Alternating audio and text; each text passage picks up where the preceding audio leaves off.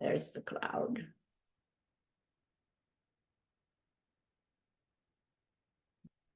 All right, so for the recording, welcome back. We are ACI course 4, class 10 on May 5th, 2024. Let's gather our minds here as we usually do. Please bring your attention to your breath until you hear from me again.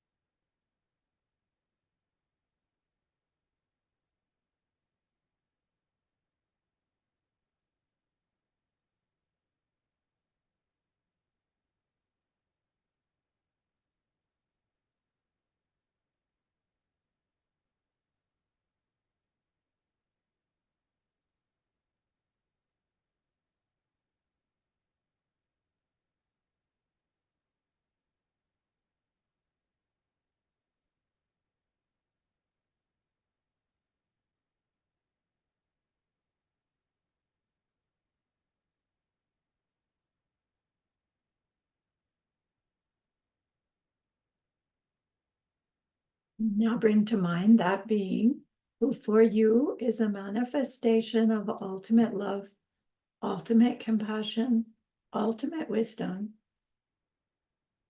and see them there with you. They are gazing at you with their unconditional love for you.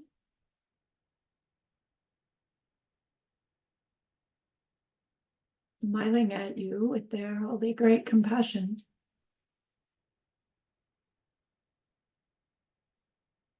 Their wisdom radiating from them. That beautiful golden glow encompassing you in its light.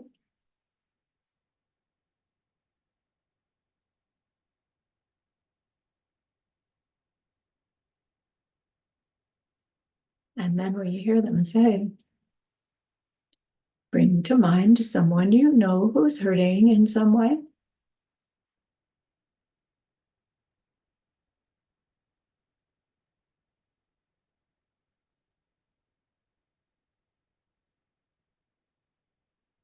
Feel how much you would like to be able to help them.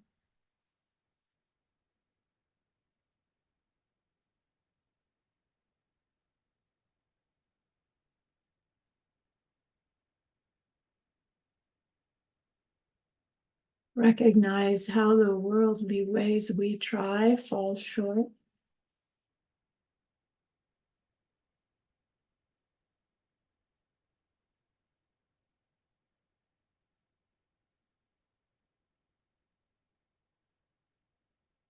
How wonderful it would be if we could also help them in some deep and ultimate way, a way through which they would go on to stop their distress forever.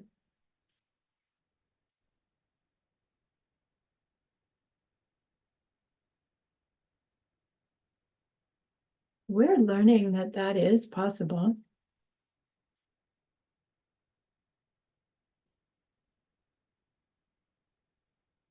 And so I invite you to grow that wish into a longing.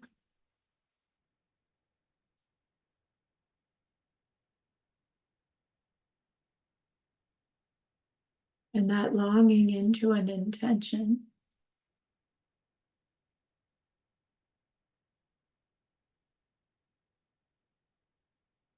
And with that intention, turn your mind back to that precious holy being. We know that they know what we need to know, what we need to learn. what we need to do to become one who can help this other in this deep and ultimate way.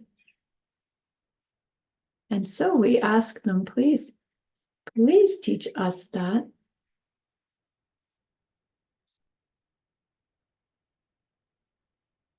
And they are so happy that we've asked. Of course, they agree. Our gratitude arises. We want to offer them something exquisite. And so we think of the perfect world they are teaching us how to create. We imagine we can hold it in our hands, and we offer it to them, following it with our promise to practice what they teach us, using our refuge prayer. Here is the great earth, filled with fragrant incense and covered with a blanket of flowers. The great mountain, four lands, wearing the jewel of the sun and the moon. In my mind, I make them the paradise of a Buddha and offer it all to you. By this deed, may every living being experience the pure world. Idam Guru Ratna Mandala Kam Niryatayami. I go for refuge until I am enlightened to the Buddha, the Dharma, and the highest community. Through the merit that I do in sharing this class and the rest, may we reach Buddhahood for the sake of every living being. I go for refuge until I am enlightened to the Buddha, the Dharma, and the highest community. Through the merit that I do in sharing this class and the rest, may we reach Buddhahood for the sake of every living being. I go for refuge until I am enlightened to the Buddha, the Dharma, and the highest community. Through the merit that I do in sharing this class and the rest, may all beings reach their total awakening for the benefit of every single other.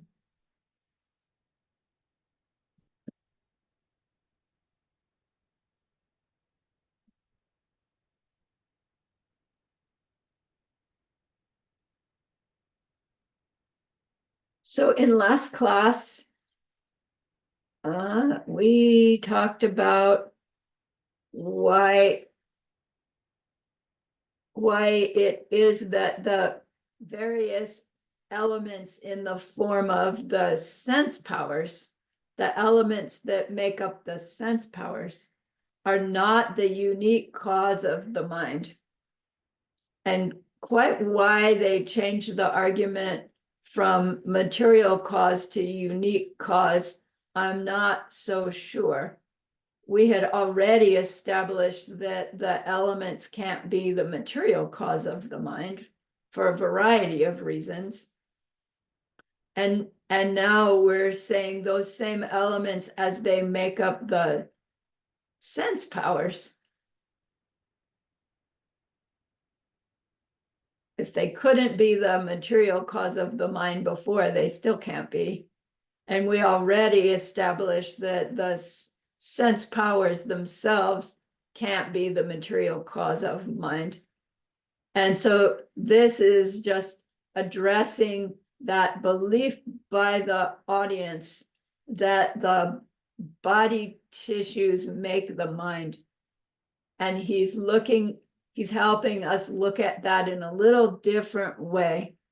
That even if we say, well, the body tissues, living tissues aren't the material cause of the mind, but for sure, they are the reason there's mind there. They show that mind is there. The fact that our living tissue functions. So he's addressing that belief that it's the function of our living tissue that makes our mind see. Right? Seeing makes our mind see. Hearing makes our mind hear. That makes sense, doesn't it? So he says, well, look, if those tissues are the unique cause of the mind, then it should be that, again, if you damage or lose one of those sense powers, then the mind should be damaged in some similar way.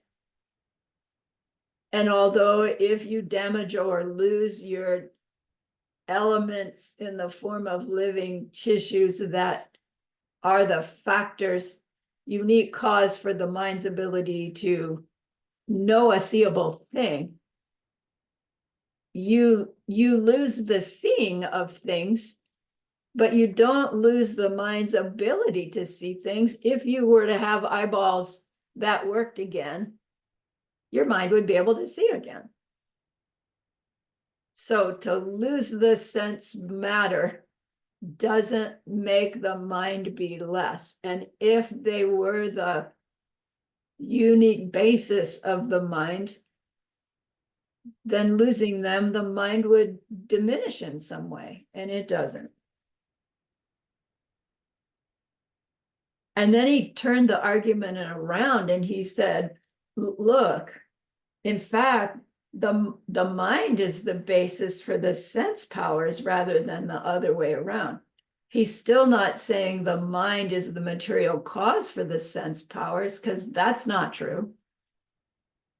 But he's saying there's some significant factor that the mind brings for those sense powers to be the sense powers and for them to function in the way that they do. And this is where he says, because it's karma that projects the next life and its physical form. So he would not bring up karma as part of the argument if his audience didn't already believe in karma, right? Otherwise, he's acting against the rules of using a logical debate to help somebody else learn something. On the other hand, if this whole sequence is really designed for Buddhists who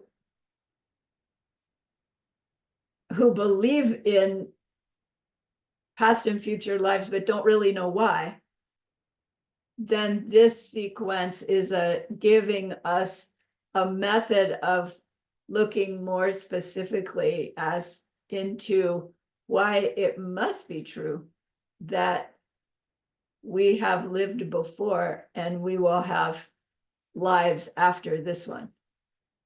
So the whole premise is we're talking to somebody who doesn't believe in that. But deep down, we're showing ourselves, we're giving ourselves tools to understand that in a more visceral way by way of going through these syllogisms of if it's like this, then that should happen, and it doesn't. As Flavia pointed out, those proofs are all proofs by way of denying something. They aren't proofs to show that something's there. But if you weed everything else out and you're left with only one thing, right? For the mind that you know exists, because here we are, then you have a proof. A proof by elimination is a valid proof.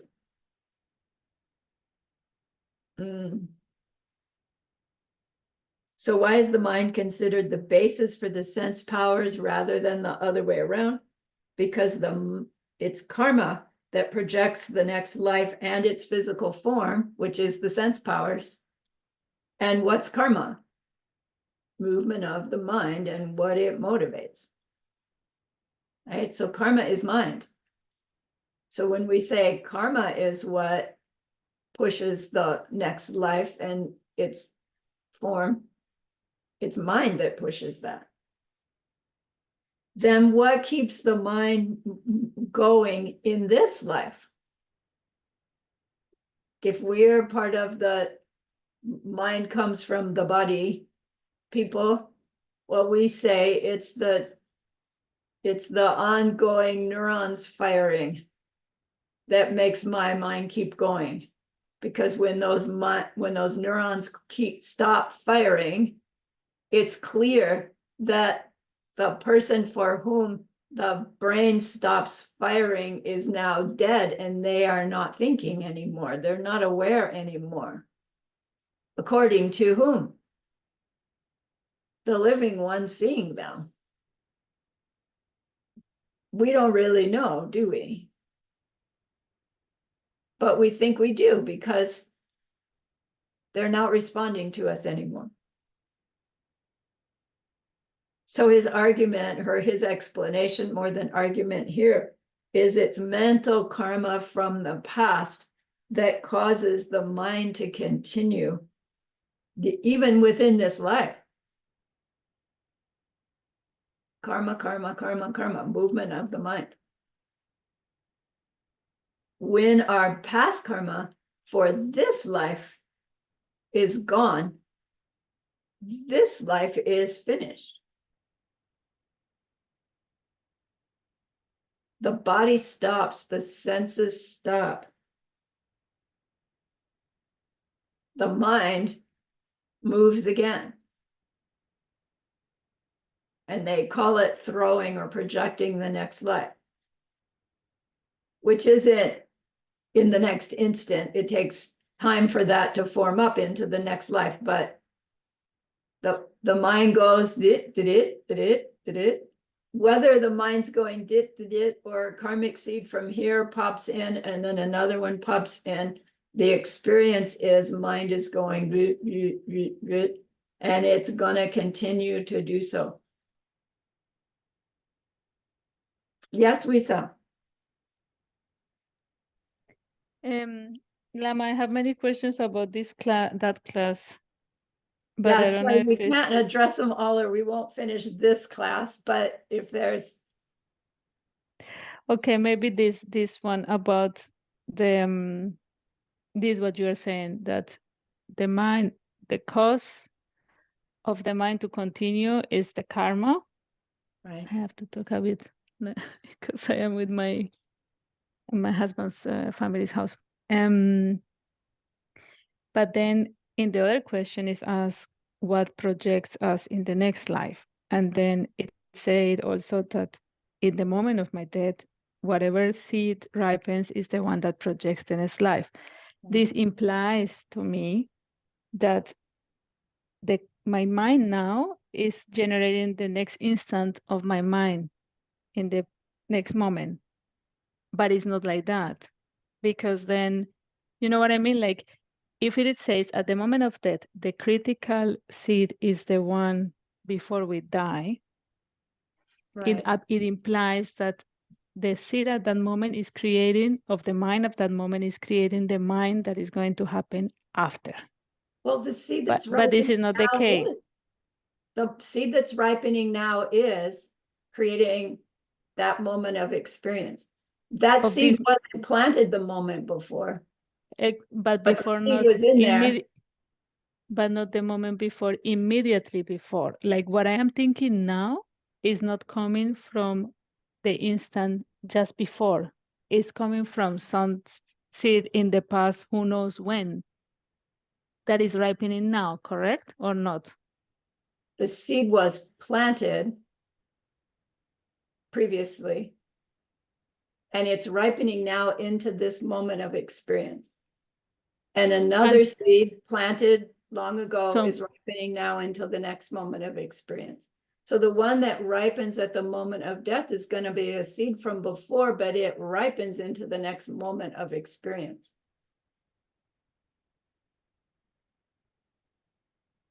So why is it said that is important in the moment I am dying, not to think about the good things I have done, or to think about for the benefit of every living being, and not this bodhicitta mindset, because it's too late. I mean, this is already. Well, no, it's too late, because we can't form thoughts. We can't form intentional thoughts when we get to the point where the mind is making this shift from the mind's end of this life to the beginning of the next one, we don't have any control over. I think that I will think about bodhicitta. We can train ourselves to be able to do so. But for ordinary beings, we're way beyond thinking in that way. And tonight's class is about what is it in the mind that pushes the mind into the next life. There's some particular inherent something in every seed that is the reason why we get pushed into another samsaric rebirth. And then I will wait until the end of the class. Thank you, Lama. Let's see. So why does the mind of a normal person at the moment of death cross over into another state of mind of a similar type? Was your quiz question. And the answer was because that mind has desire as that being dies. And this desire causes the mind to cross the line into more of the same thing in the next life. But that's so packed with meaning, we need to unravel it. So we started unraveling it, but tonight's class is unraveling it further.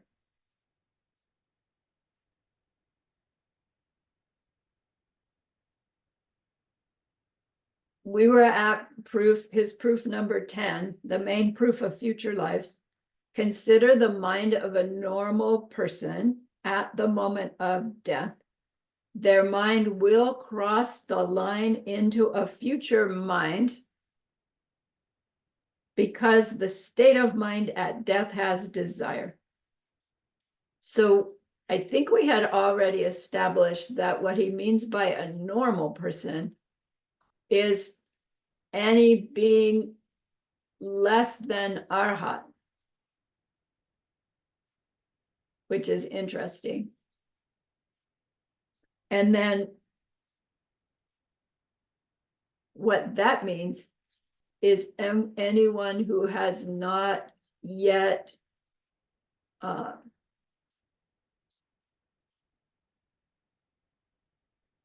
overcome all mental afflictions and seeds for more because of their individual analysis, which means because of learning to live from what they learned by way of experiencing emptiness directly.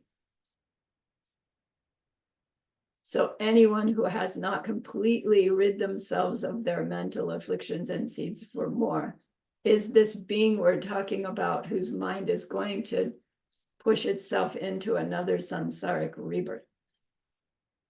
The main, well, the key factor in that being who has eliminated all mental afflictions and seeds for more means that we're talking about someone who no longer perceives their selves and their world as having their identities in them, as being self-existent. And until we are not perceiving ourselves and others as having their own natures, when we die, there is some inherent belief still within us that is the factor that pushes our mind to project another samsaric rebirth, another suffering rebirth. It does not mean that someone who has reached that level of not even any inherent seeing things as self-existent anymore does not have a mind that goes on. They still do. But that mind does not push itself into another suffering rebirth. It pushes itself into a not suffering rebirth. So for those of us who are not at that level, our mind will cross the line into a future mind, a future life, because that state of mind, my state of mind at death, has desire.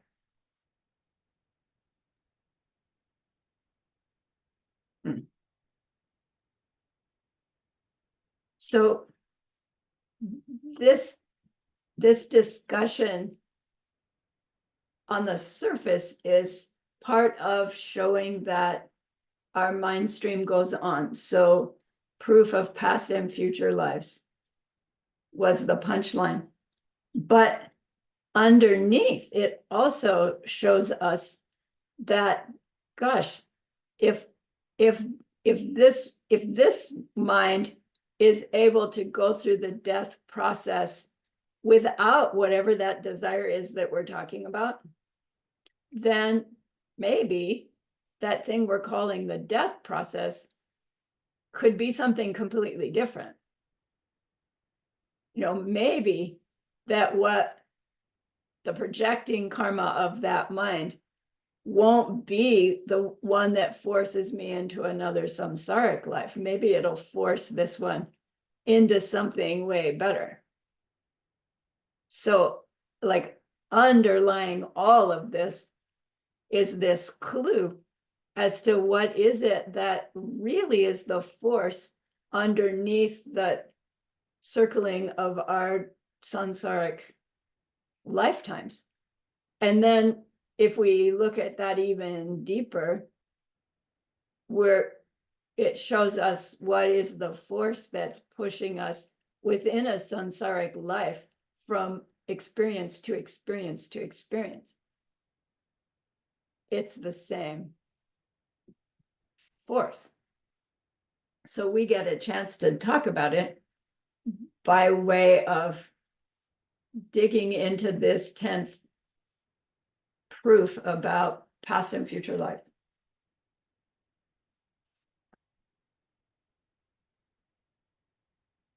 Geshe-la said that from his perspective, he wondered if the Sharvakas really were continuing to follow his arguments and buy into it, or if by now they had just said, I don't believe this guy, because it's so different from their belief system. And at some point, most of us will bail out. We won't do the work to change our minds if we don't want to change our minds. And so it's kind of hard to establish whether or not his audience was really still the Sharvakas, or if he's got this ulterior motive at still giving his series of arguments and explanations to his audience just to plant some seeds. Or maybe he had other Buddhists there with him as well, and he was teaching for their benefit. So to explain this, oh dear. Yes, of course, Ali.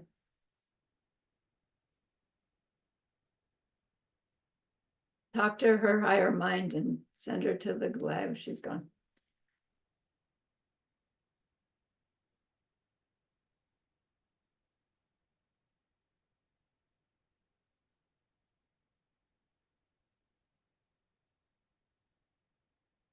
Okay, so to explain this proof, sorry.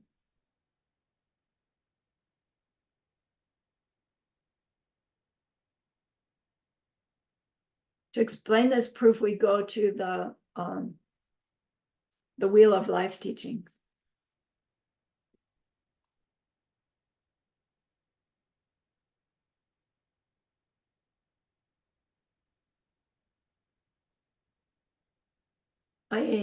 So our vocabulary, I have here these words, semchen and sosorkewo. Semchen means living being. But when we use the term semchen, it means a suffering living being. So you don't call a Buddha a semchen, even though they are a living being. So a samsaric living being. You don't call a rock a semchen, but you would call a mosquito a semchen. And then sosor kewo is like a synonym for semchen in that it's another term for a living being in the samsaric realm. But it has this other connotation of being one who's born into the suffering cycle, something like that.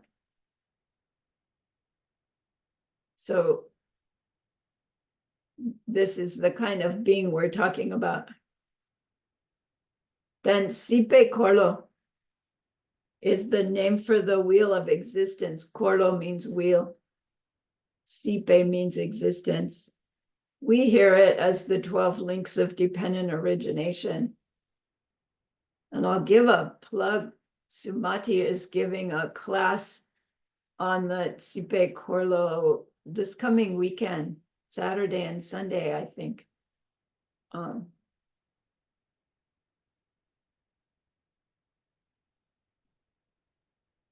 the ACI platform, I believe. I haven't seen it advertised, so I don't know the specifics, but you know how to get to it if you want. So Sipe Korlo, it is the explanation of the forces that push us through perpetuating this samsaric existence from life to life, but also from moment to moment. We're looking at it tonight, not in detail, but in terms of the factors within it through which we force ourselves into another samsaric rebirth.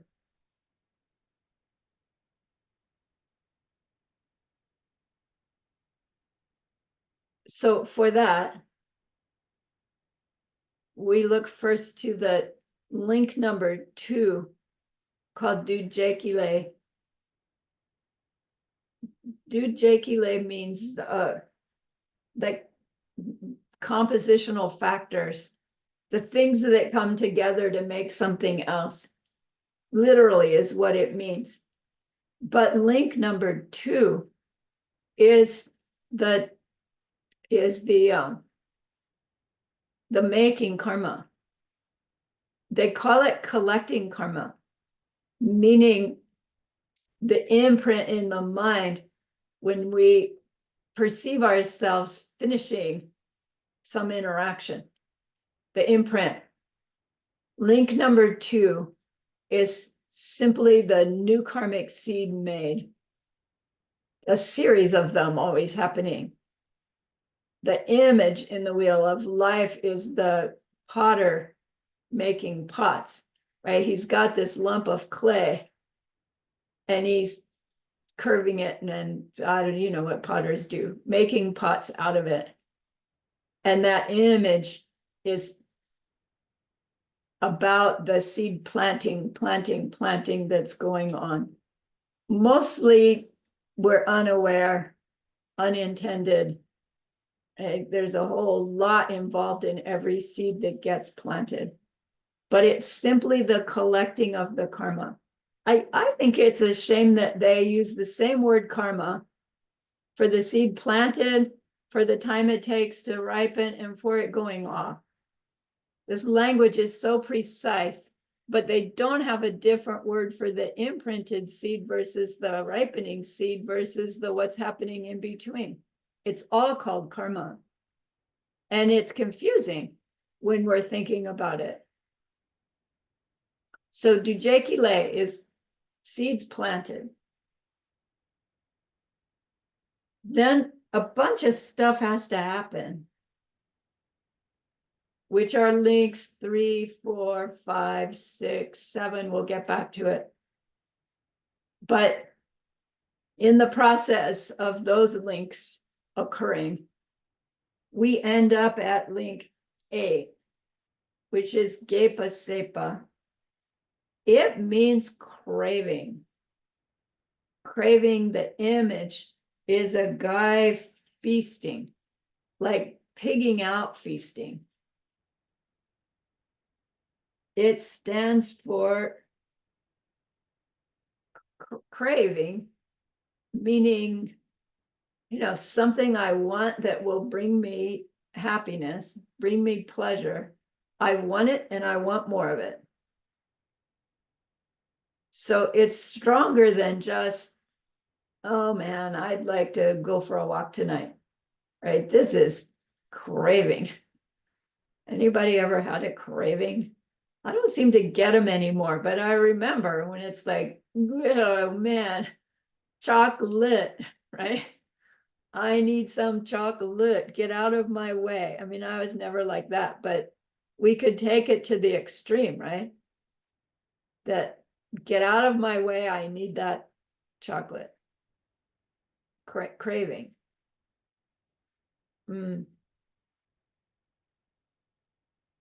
Hot on the heels of craving comes link number 9, gupalempa. Gupalempa means grasping. Craving leads to grasping. That's depicted by the monkey in the tree grabbing the fruit. Groucho Marx sang a series of children's songs back in the 50s, and we had a record of Groucho Marx children's songs, and one of them is about the monkey taking more than it needs. They're the just so stories, from Kipling, Rudyard Kipling. He sang those. And one of them goes, don't take more than you need, else it will be greedy. And it's like this monkey, it's like this wheel, this link in the wheel of life Groucho Marx was singing about. I don't know if he knew it or not, but my seeds. You go from craving to grasping. And that leads into link number 10, Chupa Sepa, which is depicted by a pregnant woman, a very pregnant woman, meaning at any moment, right? She's ready to deliver. That represents the ripe karmic seed, like so ripe that very soon it's going to be the one that goes off.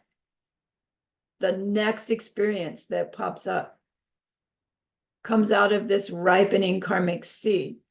How did it get so ripened? The grasping, the craving. It had to already be in there from link number 2. The other stuff happens. Part of the other stuff is link number 7, which is the guy with the arrow in his eye. And that represents the link called feeling, sensation. It's graphic because that sensation is going to be terrible to have an arrow in your eye. And it's curious that sensation leads to link number 8, craving, which leads to link number 9, grasping, which leads to link number 10, the ripening of the seed, which leads to link number 11, the ripening of this, the blossoming of the seed, the delivery of the baby is link number 11, the next life or the next experience, right? The ripened karma finally pops. But some factors had to happen to get the seed that was just planted in link number 2 to actually, swell and prepare and get ready to come to fruition. there are factors that are happening that are influencing it. And then it goes off.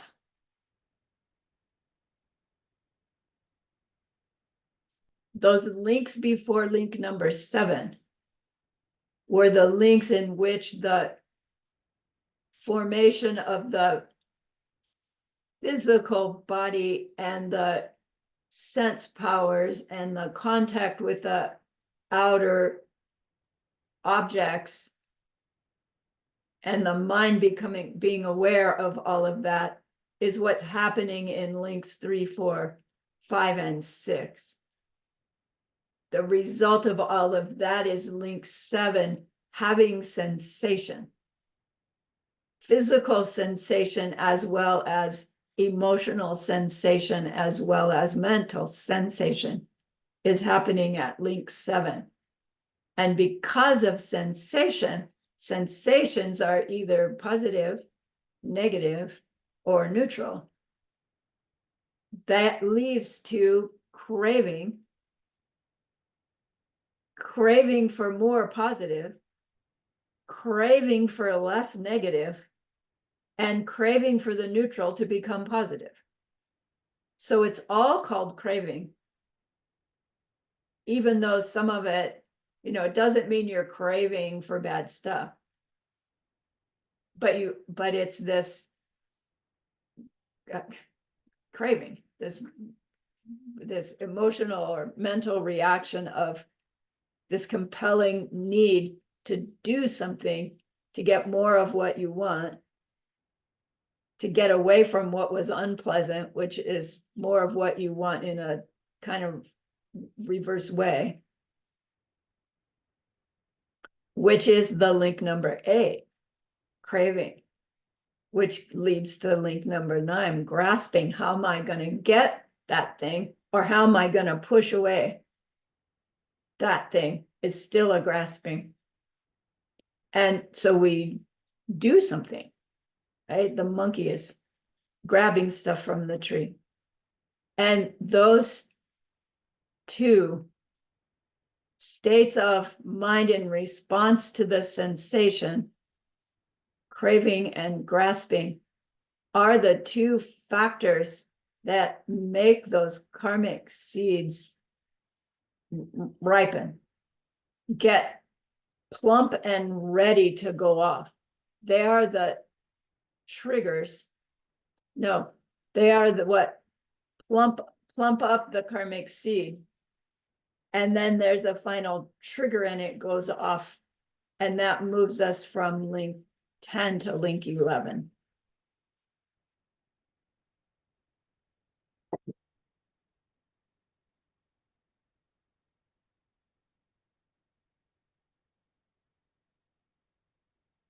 So link 8 and 9, craving and grasping, are the key players here. And they come up so automatically that it's hard to even be aware that we're having them.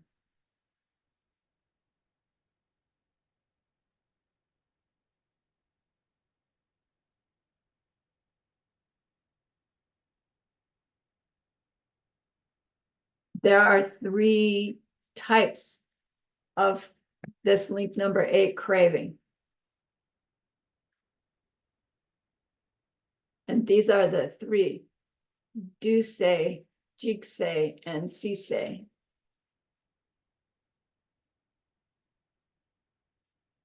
Do-say means desire craving.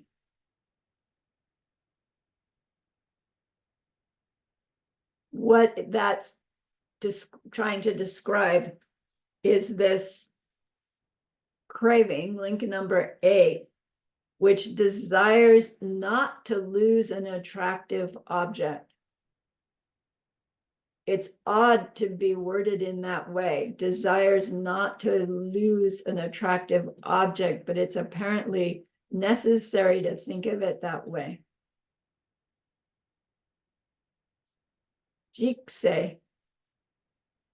means fear. Jigme, our amazing nun, Jigme, it means fearless. Her name means fearless. Jik is fear. Jikse means fear craving. But it doesn't mean you'd love to sit down to a great horror movie because you love being afraid. It does not mean that. Jikse means the craving that wishes to avoid unpleasant objects. So duce is the craving that wants to avoid losing pleasant. Jikse is the craving that wants to avoid unpleasant. And sise is craving for existence. Si means existence. So craving for existence is the key factor here, because the existence it's talking about here is our own existence. We want more me. Now, the moment when the I want more me is most powerful is at moments like if I'm in a crashing airplane, or if we're standing on a high building and my friend teases me like he's going to push me off, right? It's like, bleh. Our sise, wow, it comes on really strong. When we're faced with our own possible death, sise kicks in. I want more me. And it kind of takes over the other two, right? Who really cares about how good the pretzels are when the plane's going down? Who really cares about how bad the movie was when the plane's going down? All I care about as ordinary me is that I won't die.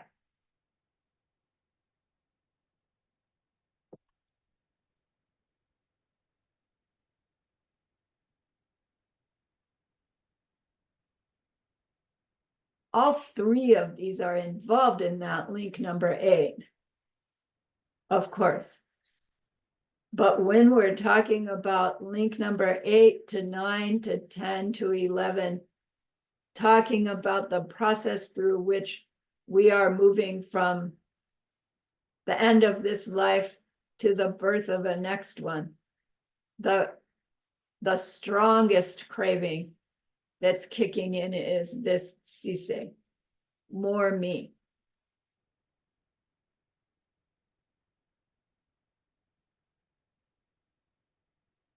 The grasping then takes these three to a much higher level, particularly in the last moments of life.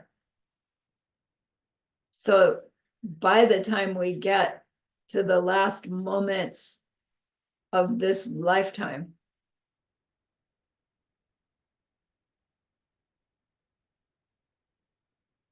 we don't have word thinking, cognitive thinking going on anymore. The physical body has shut down. The awareing is still happening, and all kinds of weird things are occurring. And it's painful. Not, you're beyond the physical pain part, they say, but it's mentally painful, because part of the perception there is the inherent belief in the me as being its own thing, me, a self-existent me, a me that is its own me, its identity and qualities in it. It's not thinking Sarahni, I want more Sarahni. It's just plain me. Me is being threatened. It wants more me, and then grasping, right? I've got to have more me, kicks in. And those two ripen a next seed that have within it that belief in self-existent me. Not self-existent Sarahni, that's long gone, but the me factor, the subject side. So the craving and grasping specifically for more self-existent me, but not in those words, right? Because you don't have those words. In the reaction, in the awareness, more me, more ignorant me, not in the words, in the feeling, is what ripens a seed that will be then the trigger for the next mind moment in the bardo, which will have content. And that contact has other seeds that come along with it, and that colors the direction that that mind will go, forming up through the power of subsequent seeds the whole circumstances of that next life. So what's in the mind that pushes the sise? What's in the mind that pushes all three of these cravings? Why do we crave chocolate? Because we believe that the pleasure that we get is from that square piece of brown stuff, right? There's other square brown stuff that doesn't give us that pleasure of taste of whatever emotional reaction we have. But we're so sure that the pleasure we feel comes from the piece of chocolate. We're so sure that the displeasure we feel from that person yelling at us is caused by the person's yelling. We are so sure that the me in me has its own identity and qualities, its own being, that we're so sure is the thing that's going to go on, that it's hard to even conceive of going on in some way that doesn't have that me. But the me we're holding to is a me that we believe exists in such a way that it in fact does not exist. But our belief in that self-existent me is so strong that when it's faced with its truth,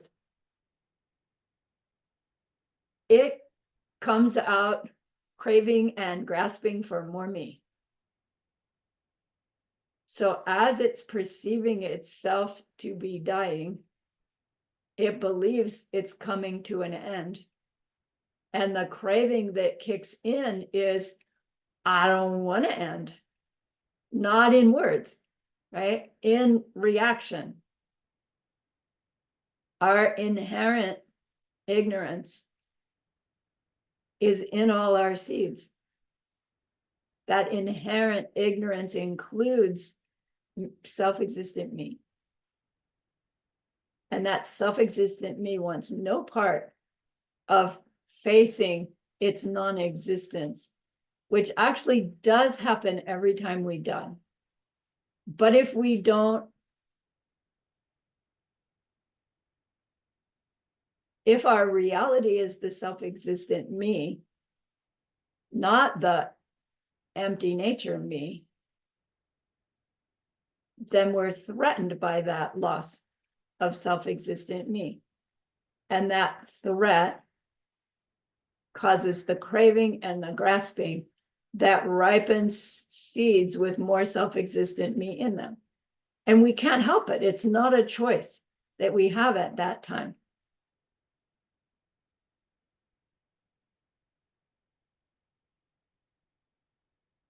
And so we push that not really existing self-existent me into another samsaric life where we believe we have a self-existent me in a world of things that have their pleasures and displeasures in them that I want to get and I want to avoid, such that my life is about doing the activities through which I try to get and try to avoid, none of which actually work, but appear to work enough times that we perpetuate the misunderstanding that, in fact, putting the key in the car makes it start and gets me to the grocery store. And on the rare occasion that it doesn't work, I find something to blame for why it didn't work, instead of thinking, whoa, maybe the car isn't really why I get to the grocery store.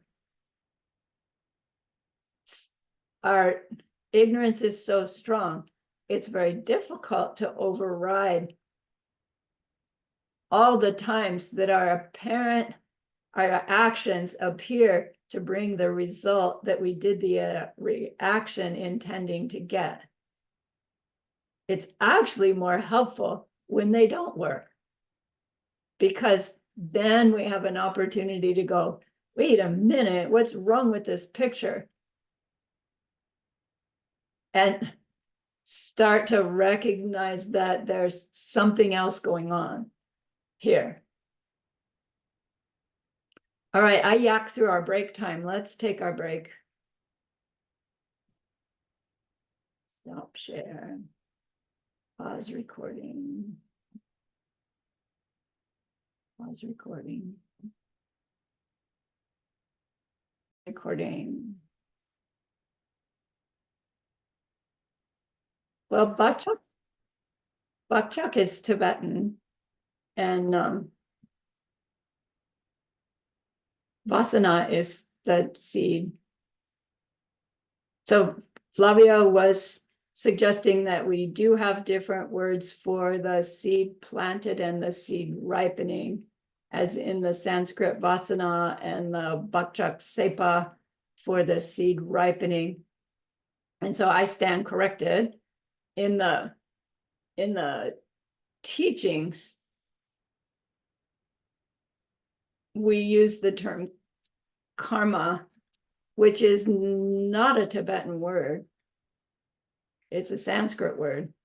And so I admit to being sloppy in my use of that term, and using it both for seed planting and seed ripening and for the in-between. When to be more technical, we would find the word for the Tibetan word for the imprint and the Tibetan word for the ongoing nature of the seeds and the Tibetan word for when it ripens. And I don't know that.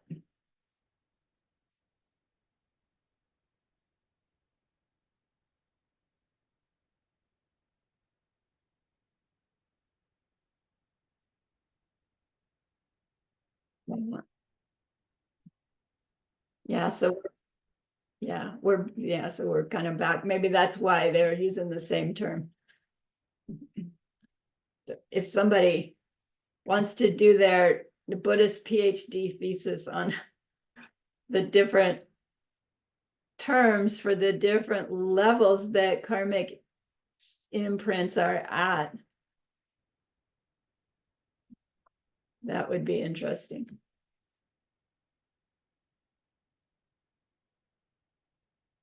Okay, where were we?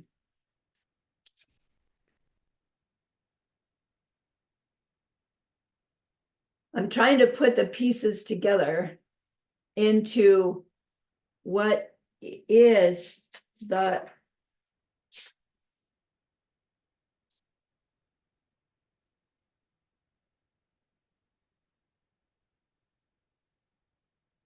desire that the mind has at death that forces it to cross the line into a future mind, a future lifetime. it's not just any old desire. It's the very specific, ignorant desire for more self-existent me. It's that desire that is the critical trigger at the moment of death that pushes a seed colored by that to make the mind project another self-existent me in a self-existent world. It takes a little series of seeds for that to become full on. But the very next moment of mind ripening from the last one of this life is the first one of the next life.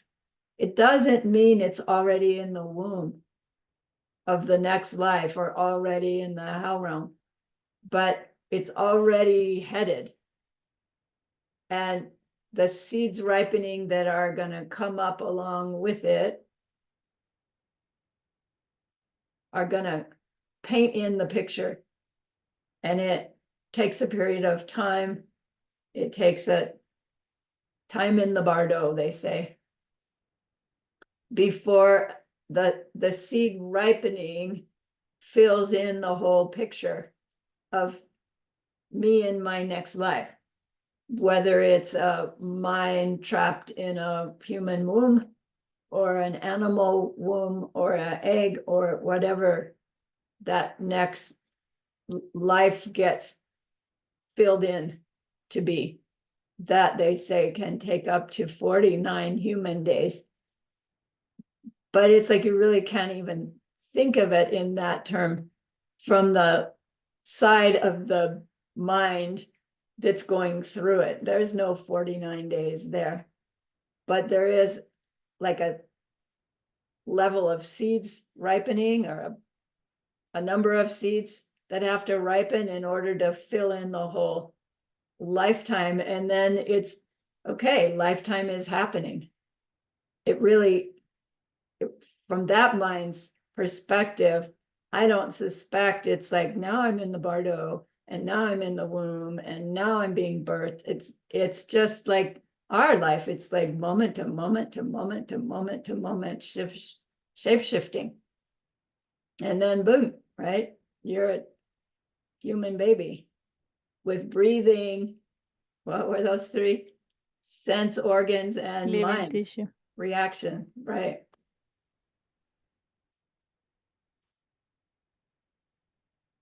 So there are two levels at which we overcome this ignorance. The ignorance being our belief that me has its own nature, other things, other beings, every other experience have their own natures, and the interaction between us then, the quality of that experience that I have is caused by them or that.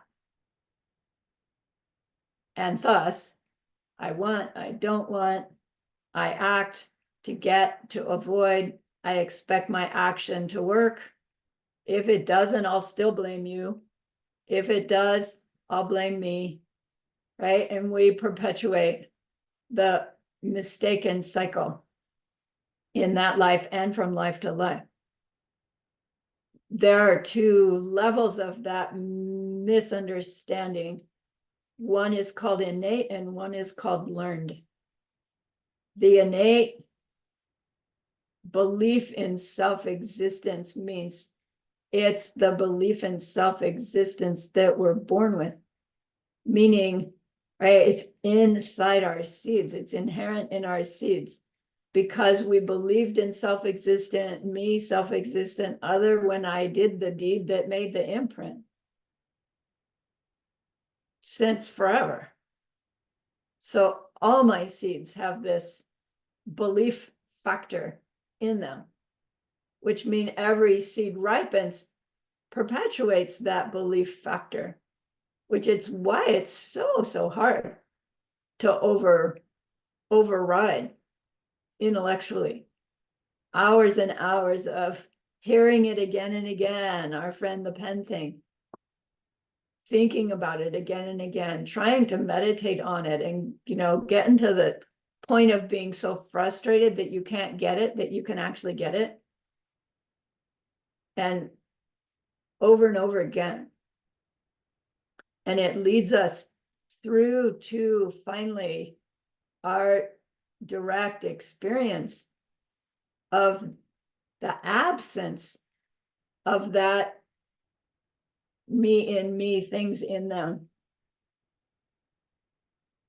that we call the direct perception of emptiness, the direct perception of ultimate reality, the direct perception of the no self nature of oneself and every existing thing. And we have learned that when we come out of that experience, the first time out, we have these series of realizations of the ramifications of that. And then we go right back to perceiving our world and ourselves in the same old way as we always did, but now we don't believe it. Because part of that direct experience realization is realizing that you had a direct experience. You were not nuts. You did not make it up. It was not a hallucination. Part of the experience is to know that. But you can't make yourself see it again. And you can't make your seeds ripen any differently. The ones that are still ripening are ones that were colored with the belief in self-existence from before. Now you just don't believe it. So you're not replanting seeds with that belief in their self-existence, but you still have all these seeds for seeing them that way. And Master Dharmakriti's discussion says, look, if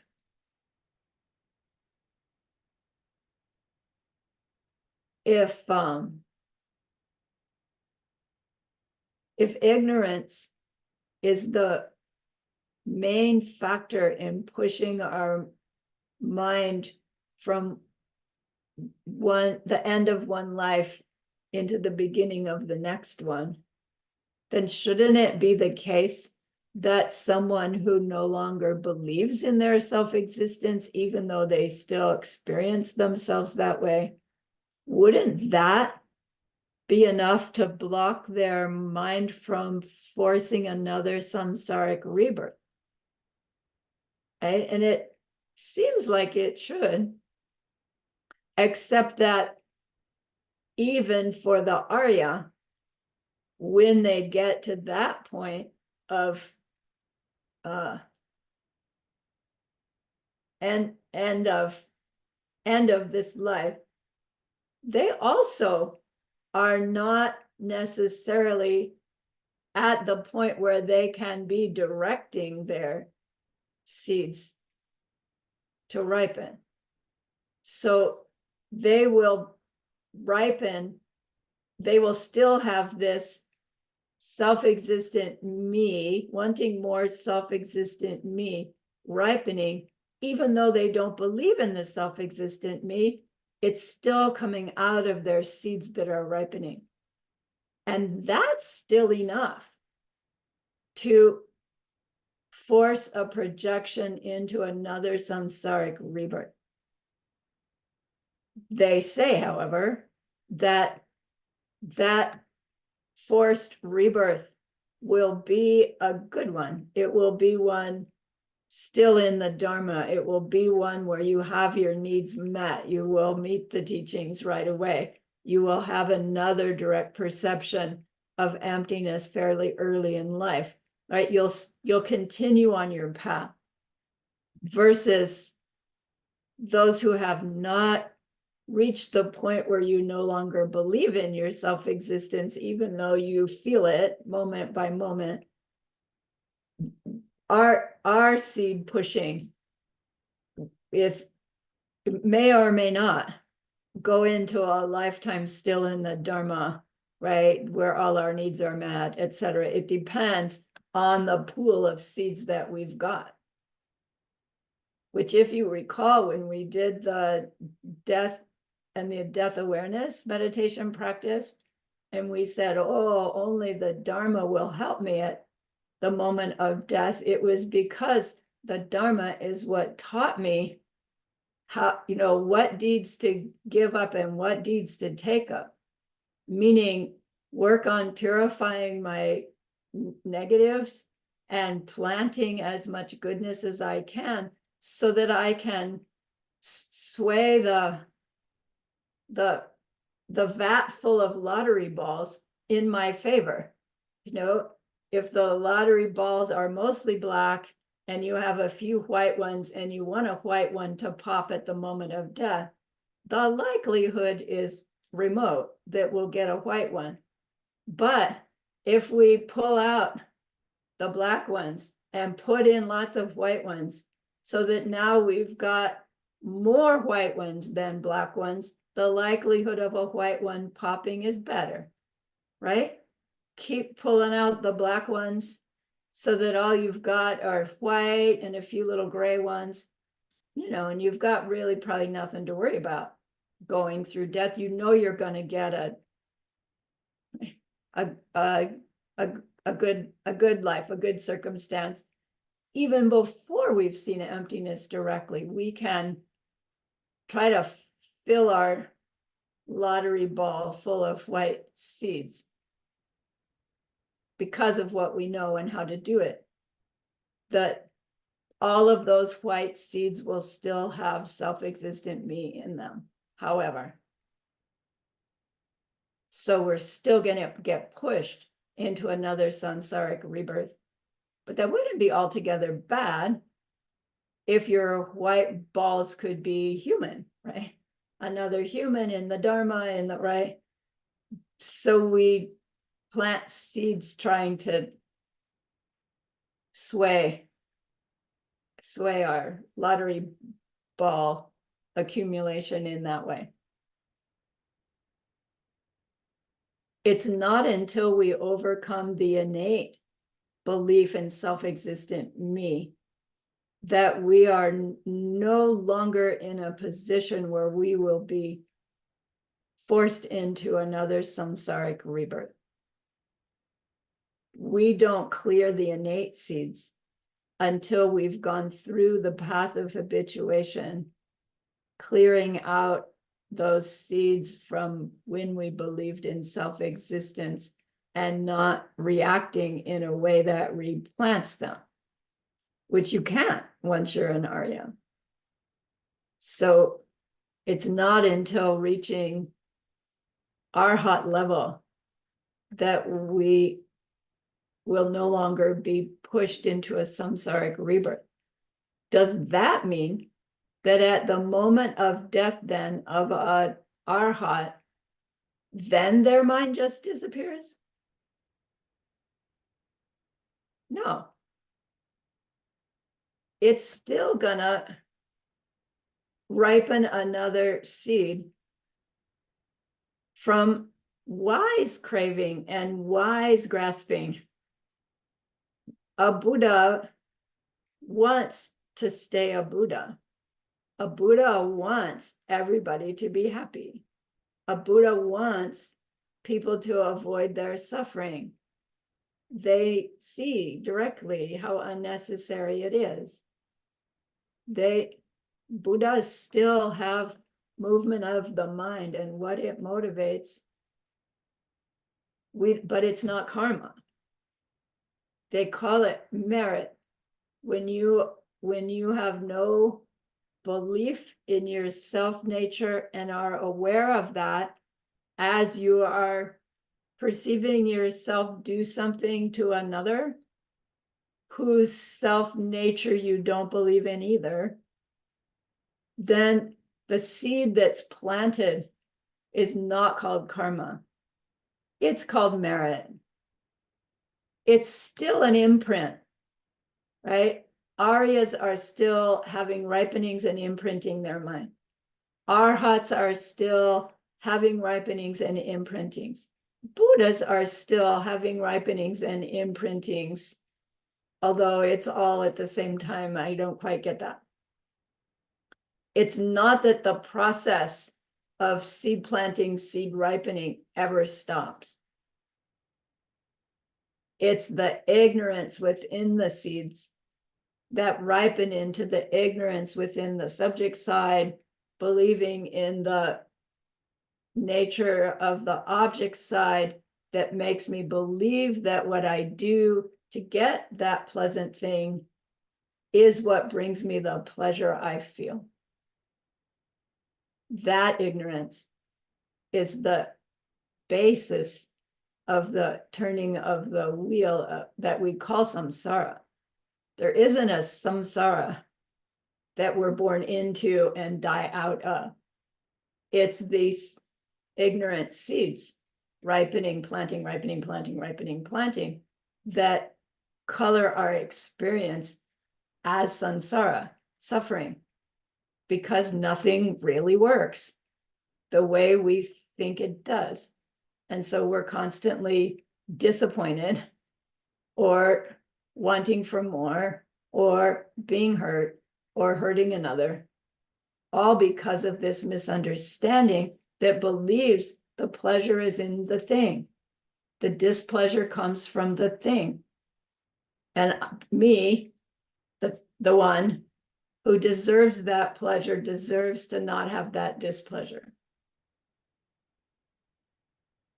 Stopping the mistake doesn't stop the process of seeds ripening, seeds planting.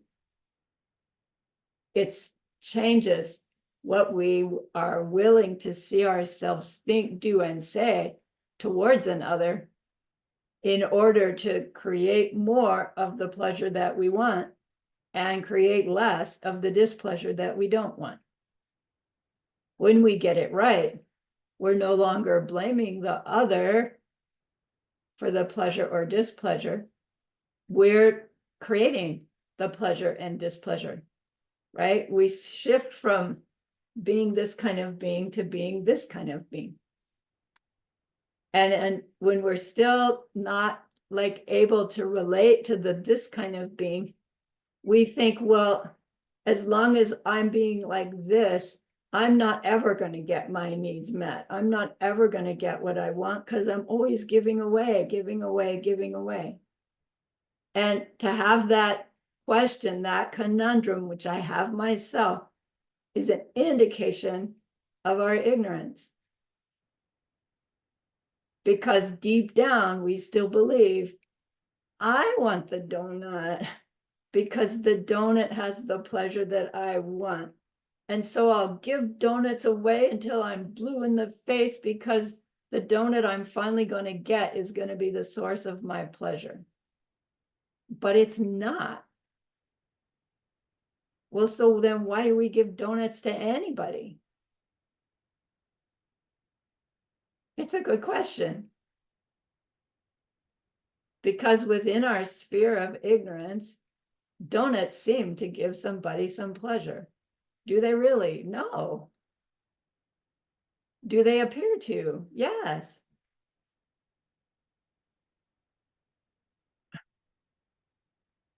Okay, not donuts, give them apples. But, right, the difference between this outflow perception and the inflow perception. Right? Watch Geshe-la. Right? Get a sense of his outflow. Right? Okay, so craving becomes harmful craving when it's linked with that wrong perception of our true nature and the true nature of the thing we're craving. Right? Desire becomes wrong desire when it's linked with our misperception of our own true nature, because that leads to our misdirected behaviors. Grasping, what we're willing to do to get or avoid the thing. When that's misdirected, we're perpetuating the cycle. When we crave for more existence with correct perception, before we get to the process of dying, we would just be doing all the kindnesses that we can find to do. Even just mental kindnesses when we're not around somebody else, because we know that's the only way for our own happiness to be, to come, to arrive, be perpetuated, and grow. Kindness is the cause of pleasure. Kindness is the cause of happiness.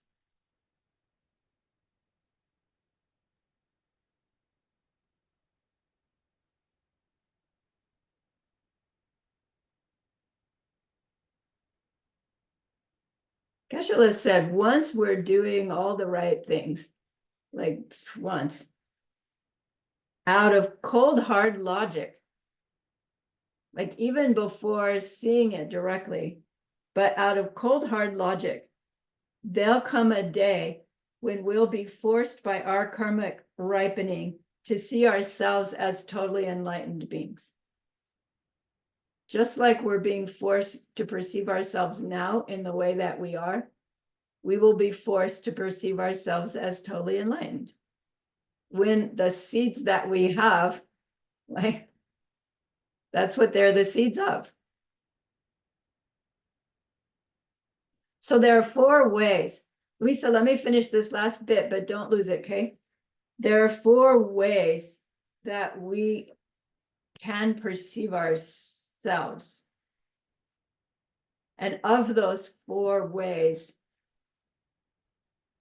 2 of them are the ways that we perceive ourselves that push us into a next samsaric rebirth. And 2 of them are ways that don't push us into that next rebirth. And one of those 2 ways that don't push us into the rebirth is not a state of mind that we will have at the moment of death. So there's only one that we could have that would not push us into the next samsaric lifetime. So here's the 4. I don't have the Tibetan. One way that we perceive ourselves is called the unanalyzed conventional me. Unanalyzed conventional me just means I am Sarahni. I am not anybody else. I have a valid perception of being Sarahni. And if I don't go analyzing, well, what do you mean by Sarahni? Which Sarahni is it that you are? The one Sumati knows or the one Flavia knows? Because they know 2 different Sarahnis, and it's different than the one I know. Which Sarahni are we really talking about? That is not the simple me. Simple me is just me. To have just simple me at the moment of death would not trigger a next samsaric rebirth. But the thing is, we're way past simple me at the moment of death, because simple me is Sarahni me. And by the time we get to the moment of death we're talking about, Sarahni me is long gone. What we're dealing with at the moment of death is some other deeper me. Second level is when we perceive ourselves as having our own nature, and we believe myself to have my own nature. So this is deeper than simple Sarahni me. It's the me that We use the word self-existent, but I know I'm not self-existent. I depend on other factors. But the I that depends on other factors is a thing that's unique to itself. So we call it self-existent me. To perceive myself in that way as having my own unique nature and to believe it. That means I think I can manipulate my happiness by doing things that don't really bring me the happiness I want, but I still believe that I need to try.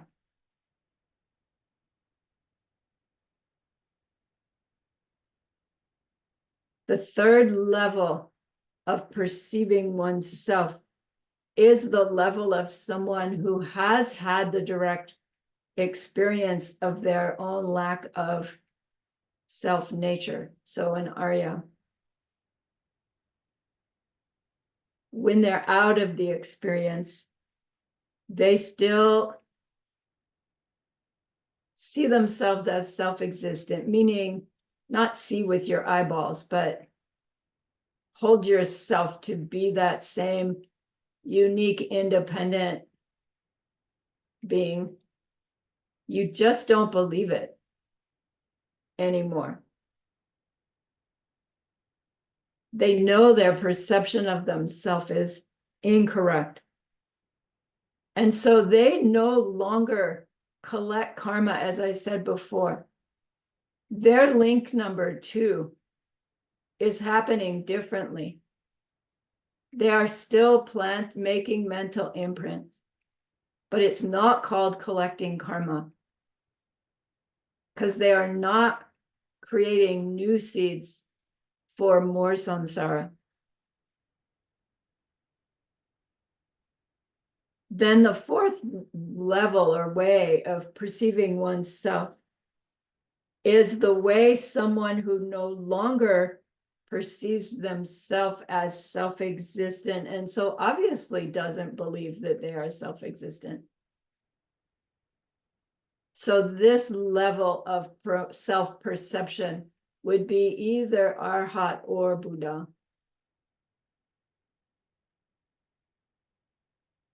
The path of habituation and what happens during that time is what we do to move our perception of self from number 3 to number 4.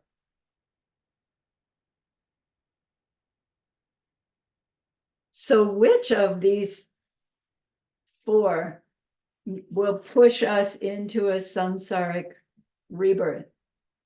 Based on what I said before, which is the belief in the self-existent me, is the experience of self-existent me is the thing that craves and grasps to more of it, that is the force that pushes forth the projecting karma at the moment of death.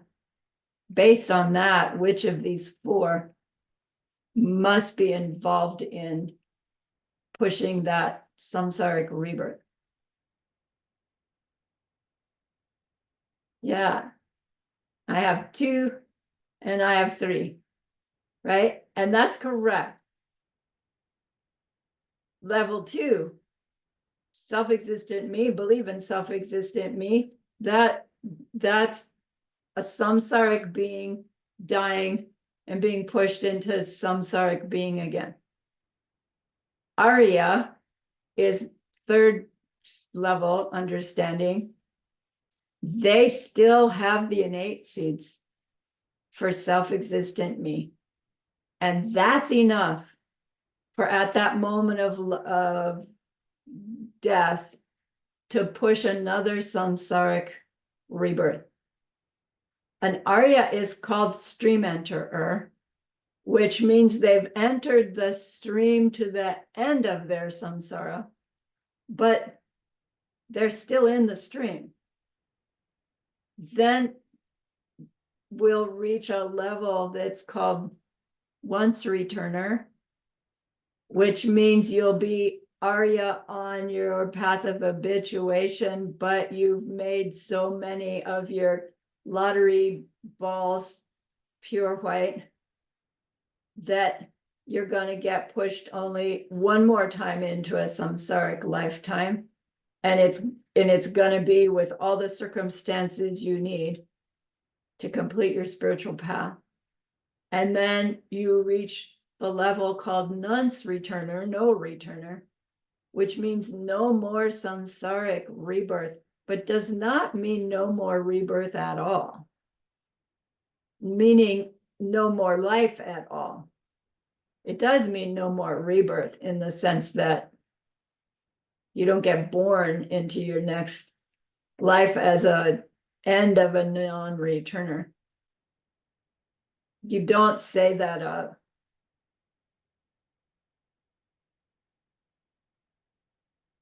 Buddha dies and gets reborn.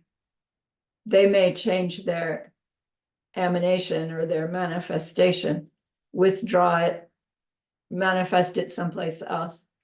But once we reach Buddhahood, we won't be in that cycle of birth, death, birth, death, birth, death. We will be ongoing.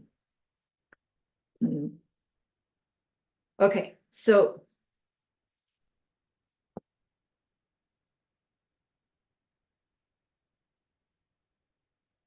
Master Dharmakirti said, if getting rid of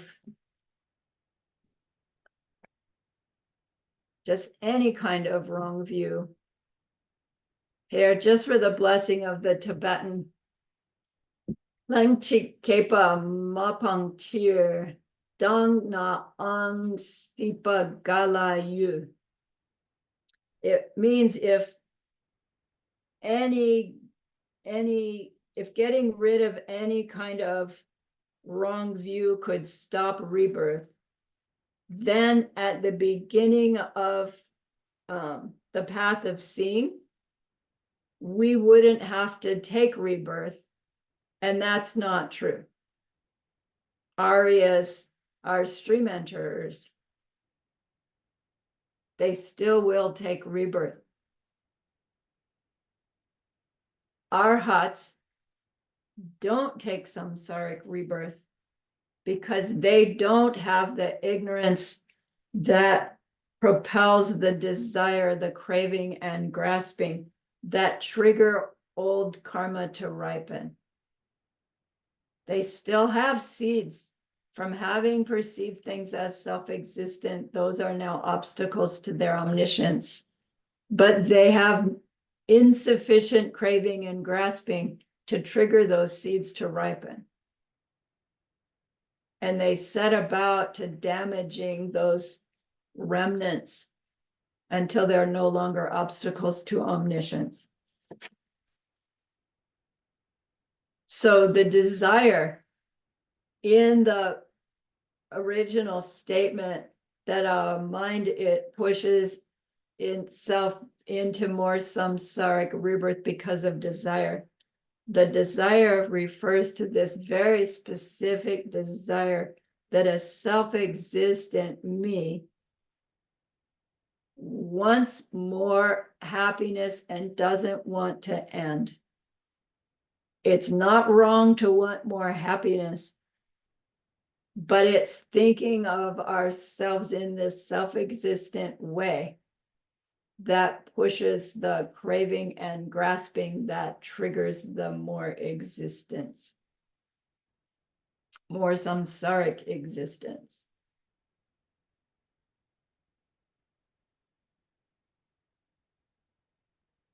If we were to give it up, that's what this Lengchi Kepa Mapang Chir means. Dana Ong Sipa Gala Yu means how on earth, Gala Yu, could we take another rebirth? Meaning samsaric rebirth. If we give up our inherent self-existent me, how on earth could we take another samsaric rebirth? It does not mean we disappear. It means our mind becomes free of that, of a life colored by that misperception.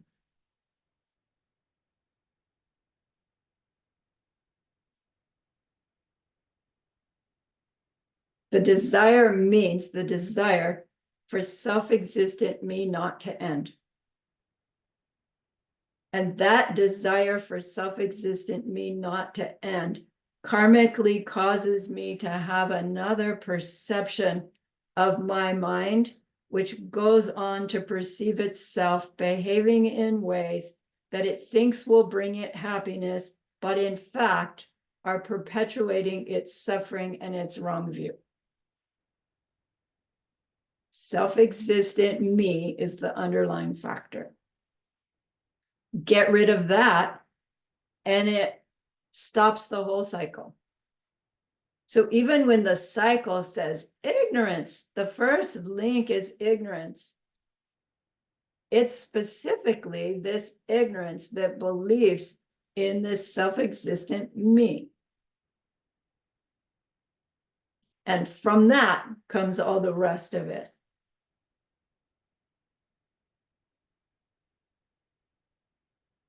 When we do get rid of this habit of seeing things and self in this ignorant way, we won't have the craving and grasping that triggers a samsaric rebirth. How on earth could we take rebirth if we don't have the misperception that triggers the craving, grasping, and so more existence?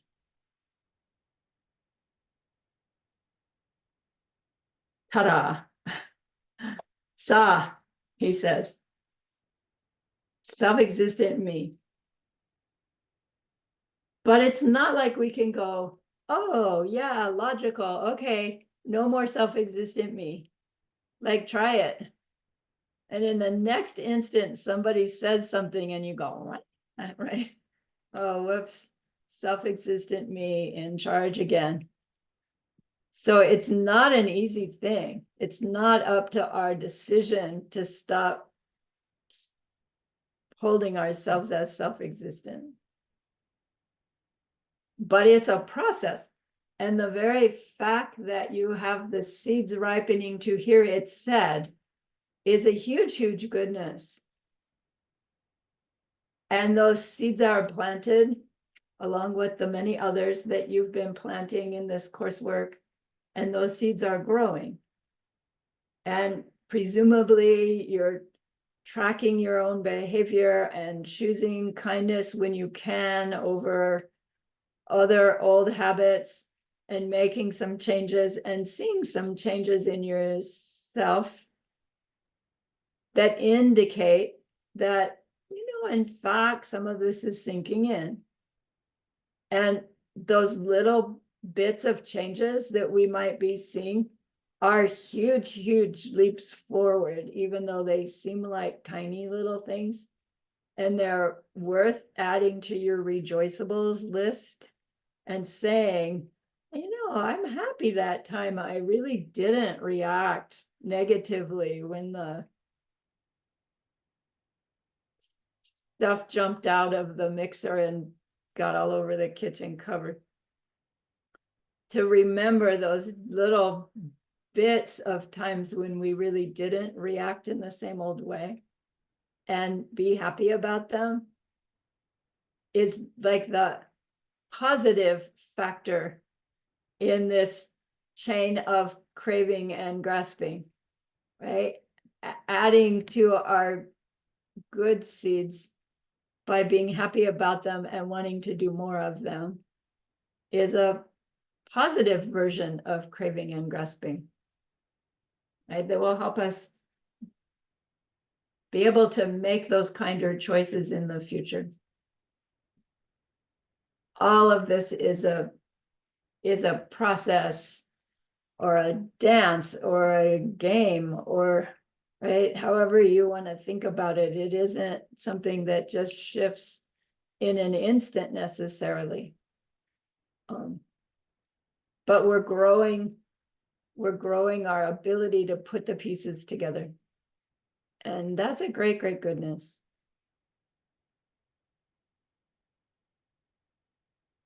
Okay, so Louisa, did that question get answered? Or enough to give you stuff to go on? Are you frozen or deep in thought? Okay, anybody else? Any questions?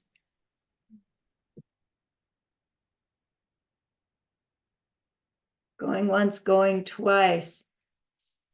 So let's do our dedication.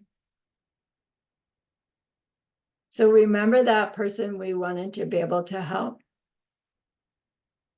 We actually have learned a critical piece to becoming one who can help them in that deep and ultimate way. And by the process of our doing so, we have already set in motion the eventual end of their misperception of themselves. And that's a great, great goodness. So please be happy with yourself.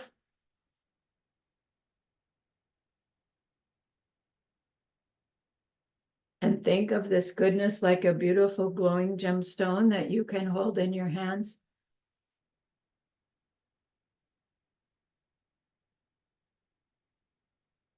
Recall your own precious holy guide. See how happy they are with you.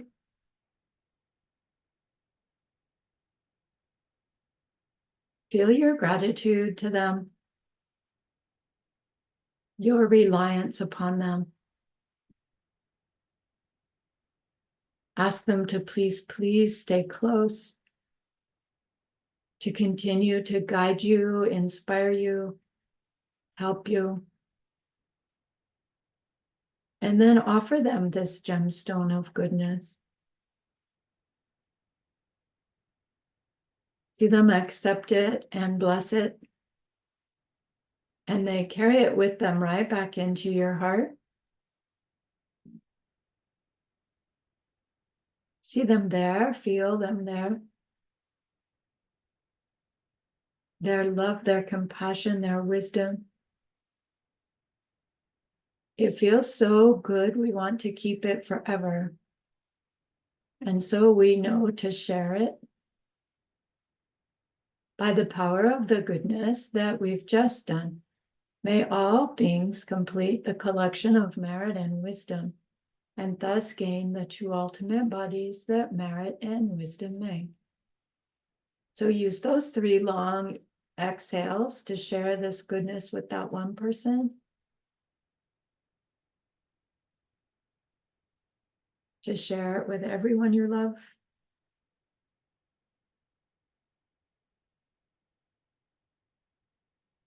To share it with every being existing everywhere. See them all filled with loving kindness, filled with wisdom, sending it forth to everyone in their world, who sends it forth to everyone in their world.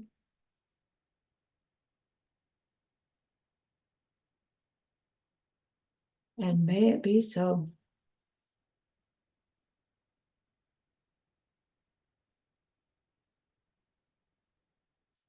All right. Good job. Thank you so much for the opportunity. You will teach me the review class. I look forward to learning from you whenever our next class is. Because I still